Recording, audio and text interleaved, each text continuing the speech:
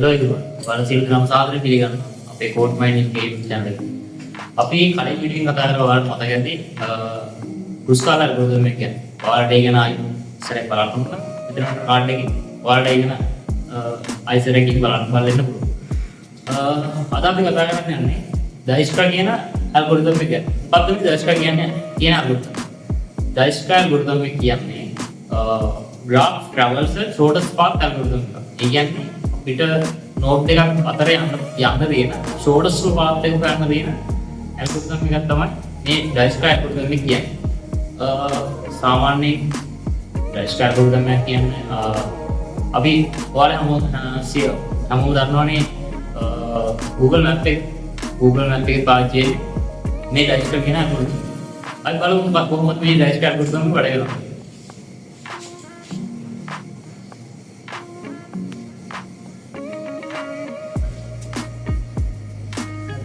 Dijkstra algorithm එක වැඩ කරන්නේ අපි හිතමුකෝ ඔයා ඉන්න ගාන හරි ඔයා දැන් ඉන්නේ ගාන ඔයාට යන්න ඕනේ යාපනයට යන්න ගාන ඉන්න යාපනයට යන්න තියෙන shortest path එක හොයන්න ඕනේ හරි shortest path එක හොයන්න ඔයා යූස් කරන්නේ මේ Dijkstra කියන algorithm හරි දැන් අපි උදාහරණයක් විදිහට ගමුකෝ A කියන නෝඩ් එකක් තියෙනවා හරි ඊට පස්සේ I B කියන නෝඩ් එකක් තියෙනවා හරි මේ නෝඩ් දෙක අතර යන්න තියෙන දුරවල් කීයක් තියෙනවද අපිට කියන්නද ඒක අනන්තයක් මේ A B අතර යන්න තියෙන පාරවල් ගොඩක් තියෙනවා හරිද අපි එමුකෝ මෙහෙම පාරකින් යනවා හරිද ඊපස්සේ මෙහෙම ගිහින් මෙන්න ඊපස්සේ ගිහින් මෙන්න ආරින් කොහොම ගිහින් මෙන්න ඒ කියන්නේ යම් කිසි නෝඩ් එකක් අතර යන්න තියෙන පාරවල් අපිට කියලා නිම කරන්න කියන්නේ ගොඩක් දෙන යම් දෙන මේ පාර්ට්ස් එහෙනම් බලමු කොහොමද මේ graph එක Dijkstra algorithm එක පාවිච්චි කරලා solve කරන්නේ shortest path එක ගන්න. අපි දැන් මේ graph එකේ තියෙන ඇති වලට nodes නැහැ. ඒ කියන්නේ අපිට ඕනි මේ කියන node එකේ නම් ඒ node එකට යන්න තියෙන shortest path එක හොයාගන්න. shortest path එක හොයාගන්න ඉස්සලා මේක ආයෙත් බලමු දෙන්නේ අපේ graph එක. අපිට ඕනේ E කියන නෝඩ් එකේ නම් F කියන නෝඩ් එකට යන්නේ shortest path එක ගන්න. අපි මේ අපි Dijkstra algorithm එක පාවිච්චි shortest path එක හොයනකොට අපි පටන් ගන්න නෝඩ් එක, ඒ කියන්නේ පටන් ගන්නේ අපි හැමදෙස්සම A කියන නෝඩ් එක. දැන් මේකේ එකේ නම් අංකණය කරලා තිබ්බොත් දැන් මේකේ ABCD කියනවා. ඒකට අපි පටන් ගන්න ඕනේ E කියන එකේ. දැන් මේක 1 2 3 4 උදාහරණ තිබ්බොත් දැන් 1 කියන එකේ පටන් ගන්නවා. දැන් මේක A කියන එකෙන් පටන් ගන්න හින්දා අපි මේ A කියන නෝඩ් එකට 0 එකේ weight එක 0. දැන් A කියන weight නෝඩ් එකට weight එක නැහැ. ඒ කියන්නේ ඒක 0. ඒක 0 කරලා අනිත් හැම නෝඩ් එකක්ම weight එක අනන්තය කරනවා. අනන්තය කරන්නේ දැන් අපි මේ A කියන A කියන නෝඩ් එක නම් B කියන නෝඩ් එකට යන්න පාත් ගොඩක් තියෙනවා. ඒ කියන්නේ weight එක ගොඩක් තියෙනවා. කියන්නේ ගොඩක් weight එකෙන් යන්න පුළුවන්. ඒකින්ද අපි දැනට මේක අනන්තය කියලා මාක් කරලා තියෙනවා.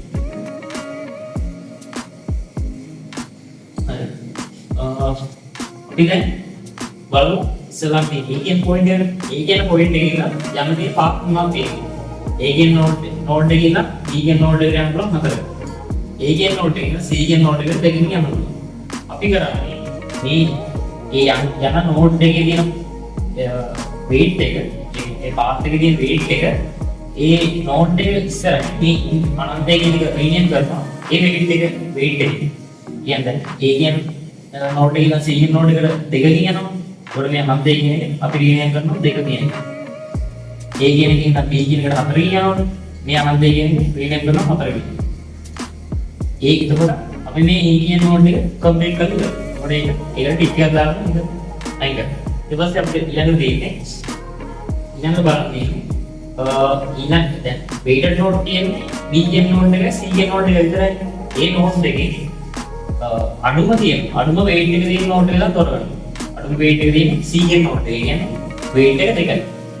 මේ දෙක කියන weight එකේ ඒ කියන්නේ C node එකේ ඉඳලා යන්න පුළුවන් path එකක් තියෙනවා. B ට යන්න පුළුවන්. ඊට පස්සේ D ට යන්න පුළුවන්. ඊට පස්සේ E ට යන්න පුළුවන්. A ට යන්න තියන්න ඒක අපි කම්ප්ලීට් කරලා ඉවරයි. C වලින් නම් E ට යනවා. ඒ කියන්නේ C වල weight එක දෙකයි. දෙකේ ඉඳන් එකක දුරකින් යනකොට D ට. හතර කියන එක ඒ කියන්නේ C කියන නෝඩ් එකේ නම් B කියන නෝඩ් එකට යනකොට තුනකින් ගියාට පස්සේ මෙතන D කියන එක weight කරලා දෙනවා අපි A ඉඳන් D ට දෙන හතර කියන. එතකොට හතර කියන එක විශාලයි තුනට වඩා. එතකොට අපි මේ හතර කියන එක ආයෙ විලෙන් කරනවා. මේ C ළම C වල weight එකයි මේකේ. එතකොට 3යි. D වල weight එක 3යි. C නෝඩ් එකේ ඉඳන් D නෝඩ් එකට යන්න පුළුවන් 8යි. 8යි 8ට එකතු කරනවා අපි AC කියන නෝඩ් එකේ තියෙන weight එක. එතකොට 8යි 2යි 10යි. මේ වගේ weight කරගෙන යනවා. C කියන නෝඩ් එකේ E නෝඩ් එකට 10යි යන්න පුළුවන්. ඒ 10යි අපි ඇඩ් කරන මේ දෙක 10යි 2යි 12යි. එතකොට C නෝඩ් එක ගම්පේ. හරි. අපිට දැන් නෝඩ් දෙකක් ඉවරයි. ඒ කියන්නේ අපිට තව තියෙනවා නෝඩ් 1යි 2යි 3යි 4ක් තියෙනවා. ඒ නෝඩ් හතරෙන් ඊළඟට ඒ නෝඩ් හතරෙන් ඊළඟට අපි ගන්න ඕනේ අඩුම weight එකක තියෙන නෝඩ් එක. අඩුම weight එකක තියෙන නෝඩ් එක වල මේ D වල weight එක කියලා තුනයි. B කියන නෝඩ් එකේ ඉඳලා යන්න තියෙන පාත් තුනක් තියෙනවා. A කියන නෝඩ් A කියන පාත් එක හරි. C කියන පාත් එක ඒකත් D වල ඉඳන් ආයෙ යන්න තියෙනවා. මේ D ට විතර. එතකොට D වල ඉඳන් D ට යන්න පහක්. හරි. මේ C වල ඉඳන් D ට ගිහිලා දෙනවා 10. D වල weight එක 3යි 3යි 5යි 8යි. එතකොට 10ට වඩා අඩුයි 8 කියන එක. එතකොට ආයෙ අපි 10 කියන එක කරනවා 8 කියන එක. එතකොට ඒක තමයි shortest path එක හොයන්නේ. ඊළඟට දැන් අපි D node එකත් හරි. ඊළඟට මොනවද තියෙන weighted node. weighted කියනවා D කියන එක. D කියන එක weight එක 8යි. E කියන node එකේ weight එක 12යි. මේ node දෙකේ අඩුම weight එක තියෙන node එක මේ D වල weight එක 8යි. ඊට පස්සේ බලනවා මේ D කියන node එකට මේ පාත් තුනක්. D වලින් නම් D ට යනවා. ඒ පාත් එකක් ගන්න. අතනදී D කියන එකේ C කියන එක ටිකක් හරිනේ. D වලින් නම් E ට යන්න පුළුවන්. D වලින් නම් E ට යන්න පුළුවන්. දෙකකින්. එතකොට 8යි 2 කියන 10යි. මේ 12ක් කියන එක 10ට වඩා විශාලයි. එතකොට අපි මේ 12ක් කියන එක ආයෙ ගෙනියන්න කරනවා 10යි. 8යි 2 10යි. 12 කියන එක විශාලයි නේද? ඒක ගෙනියන්න කරා 10යි. හරි. D කියන එක ගන්න පුළුවන් විතර. D කියන 8යි 8යි 6යි 14යි. ඒක 14 කියනවා. මොකද D නෝඩ් එකත් ඊළඟට E නෝඩ් එක. ඊළඟට E නෝඩ් එකේ දැන් E නෝඩ් එකේ weight එක ඇවිල්ලා 10යි. හරි. 10යි. මෙතන E වලින් නම් F වලට තියෙනවා 3ක 2. මේ එතකොට දැන් D වලින් නම් F ට ඇවිල්ලා තියෙනවා 14ක්. ඒ කියන්නේ මේ weight එක කැල්කියුලේට් කරලා F නෝඩ් එකට ඇවිල්ලා තියෙන weight එක 14ක්. දැන් 10යි තමයි 13යි කියන්නේ 14කට වඩා 13 කියන එක අඩුයි. එතකොට මේ 17 අපි weight කරනවා 13 කියන weight එක. හරි. මේක තමයි ඩයිස්ට් ඇල්ගොරිතම් එක යූස් කරාට පස්සේ ෆයිනල් එන shortest path. ඒ ෆයිනලයිස් කරලා තියෙනවා. ඒ වගේ C වලට යනවා. C වල නම් B වලට, B වල නම් D වලට, D වල නම් E වලට, E වල නම් F වලට. ඔය වගේ පාත් එකක් තමයි අපි මේක සමරයිස් කරත් එහෙම ඒ කියන්නේ අදාළ නෝට් ටිකට අදාළව weight ටික සමරයිස් කරොත් අපි මේ chart එක කරලා දාන්න බේසික් ඉතින් අපි දාමු නෝට් එක ඉතින් දාමු weight එක කියන්නේ අදාළ දුර හරි නෝට් කියන්නේ හයක් තියෙනවනේ A B C D E F note හයයි. එතකොට අපි බලමු මේ නෝට් වල තියෙන weight එක. ඒ නෝට් එකේ තියෙන මොකද? C එක. ඒක අපි C එක. B නෝට් එකේ තියෙන weight එක 3. ඒක 3 තමයි. C නෝට් එකේ තියෙන weight එක 2යි. D නෝට් එකේ තියෙන weight එක 8යි. E නෝට් එකේ තියෙන weight එක 10යි. F නෝට් එකේ තියෙන weight එක 10යි.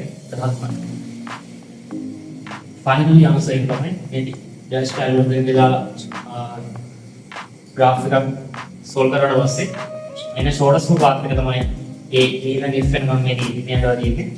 ඒ shortest path එකට අදාළව weight එක තමයි මේ chart එකෙන් උඩ වෙන්නේ. මේක තමයි දර්ශකයන් උත්තර කියන සරලම සිද්ධාන්තය. මේකේ නොතේරුම් තමක් තියෙනවා නම් ඔයාලට අපිට කමෙන්ට් එකක් දාලා අහන්න පුළුවන් කොහොමද මේක මෙහෙම උනේ. ඔයාලට දාන්න තියෙනවා නම් කමෙන්ට් සෙක්ෂන් එකේ තියෙනවා ඒකට කමෙන්ට් එකක් දාලා අහන්න පුළුවන්. අපි බලමු මේකෙන් කොහොමද මේ ඇල්ගොරිතම් එක යූස් වෙන්නේ. හරියනම් දැන් අපි බලමු කොහොමද මේ දර්ශක ඇල්ගොරිතම් එක ඉන්ඩස්ට්‍රි ලෙවල් එකේ යූස් වෙන්නේ. සාමාන්‍යයෙන් ඔයාලා පාවිච්චි කරලා තියෙන Google Map එකේ සරලව යූස් වෙන්නේ මේ දර්ශක ඇල්ගොරිතම් එක තමයි. ඒ කියන්නේ ඔයාලා කොහේ හරි ටවුන් එකට යන්න ඕන නම් ඒ ටවුන් දෙක අතර තියෙන ෂෝටස්ට් පාත් එක වල දෙන්න මේ දර්ශක ඇල්ගොරිතම් එක යූස් වෙනවා. තව සිස්ටම් එකක් තමයි ඔයාලා තමන් ගේම් ප්ලේ කරනකොට සාමාන්‍යයෙන් GTA වගේ සීරීස් එකක් ගන්නකොට ඒකේ තියෙනවා ඒකේ නැට් එක වෙන්න ඕනේ. නැට් එකේ දෙන්නේ යූසර් දෙන්නේ මේ දර්ශක කියන ඇල්ගොරිතම් එක. තව යූසේජ් එකක් තමයි network routing. network routing වලදී වෙන්නේ router එකකින් net packet switching කරනකොට ඒකේ traffic එක අඩුම path එක හොයලා packet switch කරන එක තමයි switch කරන්න use කරන්නේ මේ dashboard කියන අලුත්. තව robotic technologies ගොඩක් technologies වලදී මේ dashboard algorithm එක use වෙනවා. අපි කතා කරේ dashboard algorithm එක කොහොමද use කරන්නේ, කොහොමද මේකේ මොනවාද මේකේ තියෙන users ඒවා තමයි අපි මේ වීඩියෝ එකෙන් කතා කරේ. ඔයාලට මේ වීඩියෝ එකේ හරි ප්‍රශ්න තියෙනවා නම් අඩුපාඩු තියෙනවා නම් මේ අපේ comment section එකට දාන්න. දාලා ඊළඟ වීඩියෝ වලින් මේවා ප්ලේ කරලා ඔයාලට අපදින්න තීරණය කරනවා.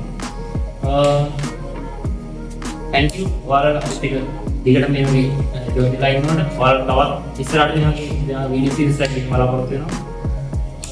ඔයාලට දිගටම අපේ ඊළඟට දාන වීඩියෝස් ගන්න ඕන නම් අපේ subscribe කරලා තියාගන්න. thank you good luck.